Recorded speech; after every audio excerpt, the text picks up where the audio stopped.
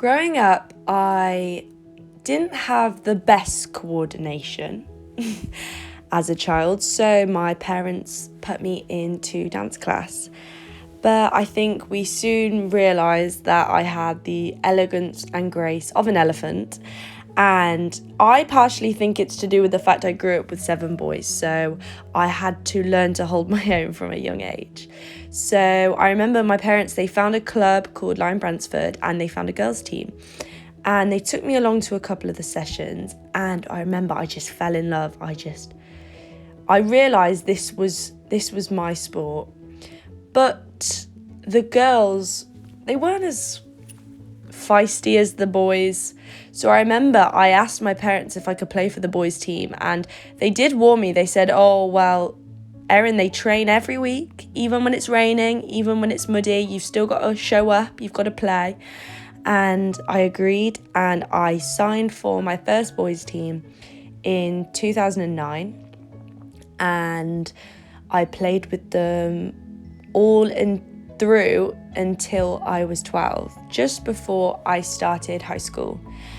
And I remember I actually quit football when I was in year 6, because I remember I was starting a new school and football wasn't necessarily the cool thing to do back then. But I remember I was in a PE lesson and one of the teachers was really big on football and female football, and she asked if any of us played football, and I remember I told her that I did, but that I didn't play because it wasn't that cool. And she soon got me back into football, and she even took me along to the Worcestershire County trials for the under 14 squad.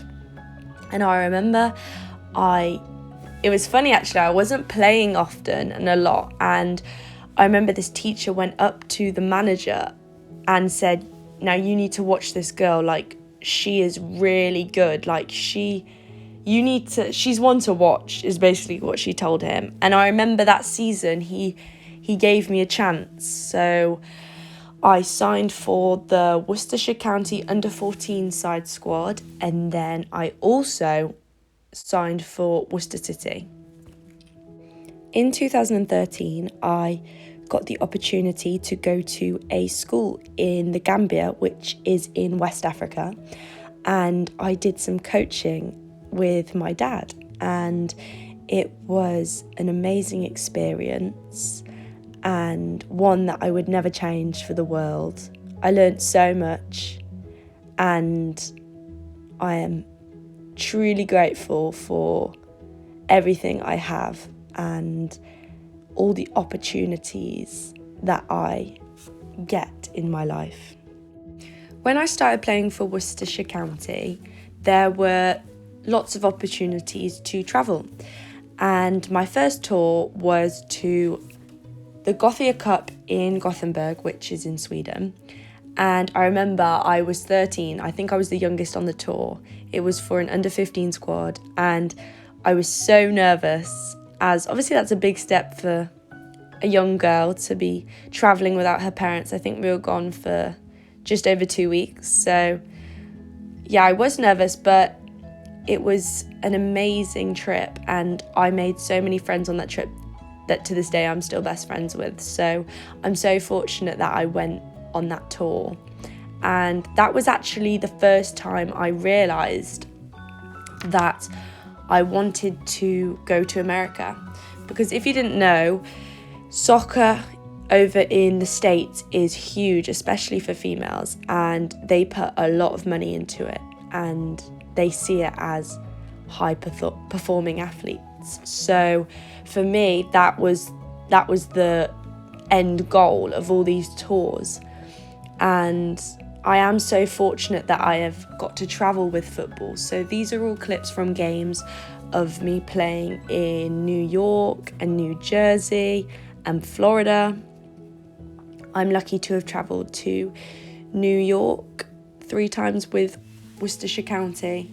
I've also travelled to the Florida Cup, which was held at Disneyland, Florida, and that was over the New Year period. That was an incredible trip. And on my last time travelling to New York, I was actually offered a full ride scholarship at the Bloomfield University, just on the outskirts of New York.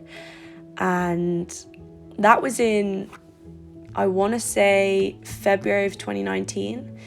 And I was so happy, as that was realistically what I was working for. After playing for Worcester City for a couple seasons, I decided I wanted to push further with my football. So my mum actually took me down to West Brom, where I trialled for the girls' squad, and I got in.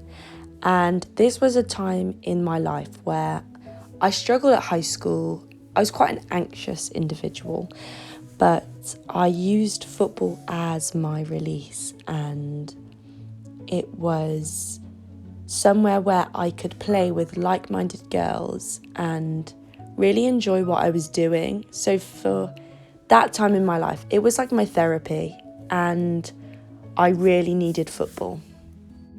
Another big achievement of mine during my second season at West Brom is I was selected to go on a national England training camp, which again was another pinch me moment, because I was working so hard and I was making so many sacrifices in my social life that it was finally all becoming worth it. And this was a period in my life where a lot of good things were happening and I was so excited.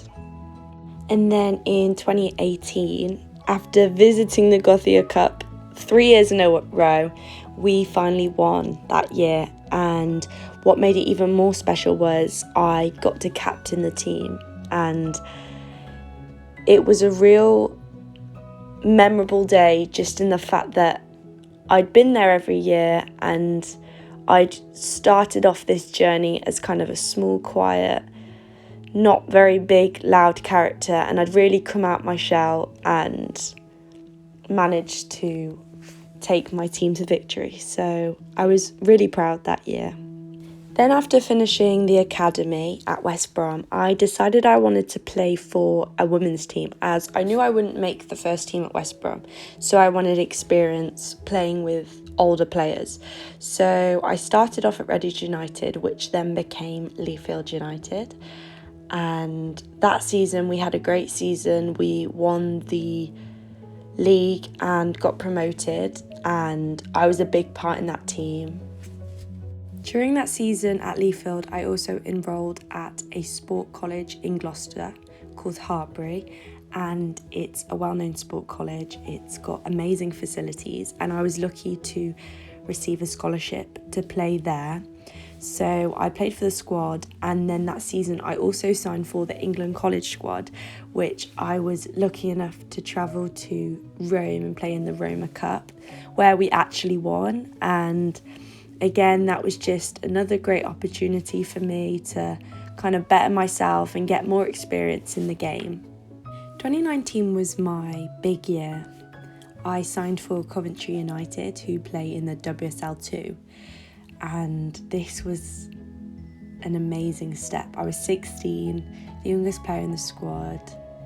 I also had my scholarship lined up for America, and it was as if everything was finally falling into place and all my hard work was worth it, and this journey that I'd come on had changed my life. But unfortunately, in August of 2019, I was assaulted and I struggled mentally, and football, which once had given me that love and buzz and energy, no longer did that for me anymore, which was okay because I needed time to heal. Then in March of 2020, we went into our national lockdown and I couldn't play football anyway, so I used that time to get a job and focus on Miss England and really heal and get to know myself. But I think I always knew that one day I would go back to football. And then in June of 2020, I had a call from a head director at BT Sport, and he had seen me in the papers for Miss England, and oh my gosh, look at me fall then, how embarrassing. Not that I'm making any excuses, but she plays for WSL, she's really good. Anyway, I got a call up from Simon, his name was, and he wanted me to go on this new series that they'd made called The Ultimate Goal, which would feature on BT Sport. And there I found my love for football again. The whole experience was refreshing, and if I could do it over and over again, I would. And I met some amazing people, some talented performers in football, and I felt so inspired. And then that made me realise that I wanted to keep playing football, so I signed for West Brom Women, the first team. And when I play like that, that makes me just feel I'd fallen back in love with so football, good. really, and I loved it. That's the reason why I play football. Well done, team. How did that feel? I was buzzing for you. Even when I was on the sideline for the second, it was enjoyable to watch. It was a great game of football. How you grew in that game just then was like just really, really nice to see. Yeah. Like so you made that tackle, everything lifted off your shoulders, and you just played football. It's honestly been life-changing, I think. I needed this. I'm actually over the moon. And it's done me the world of good to come here.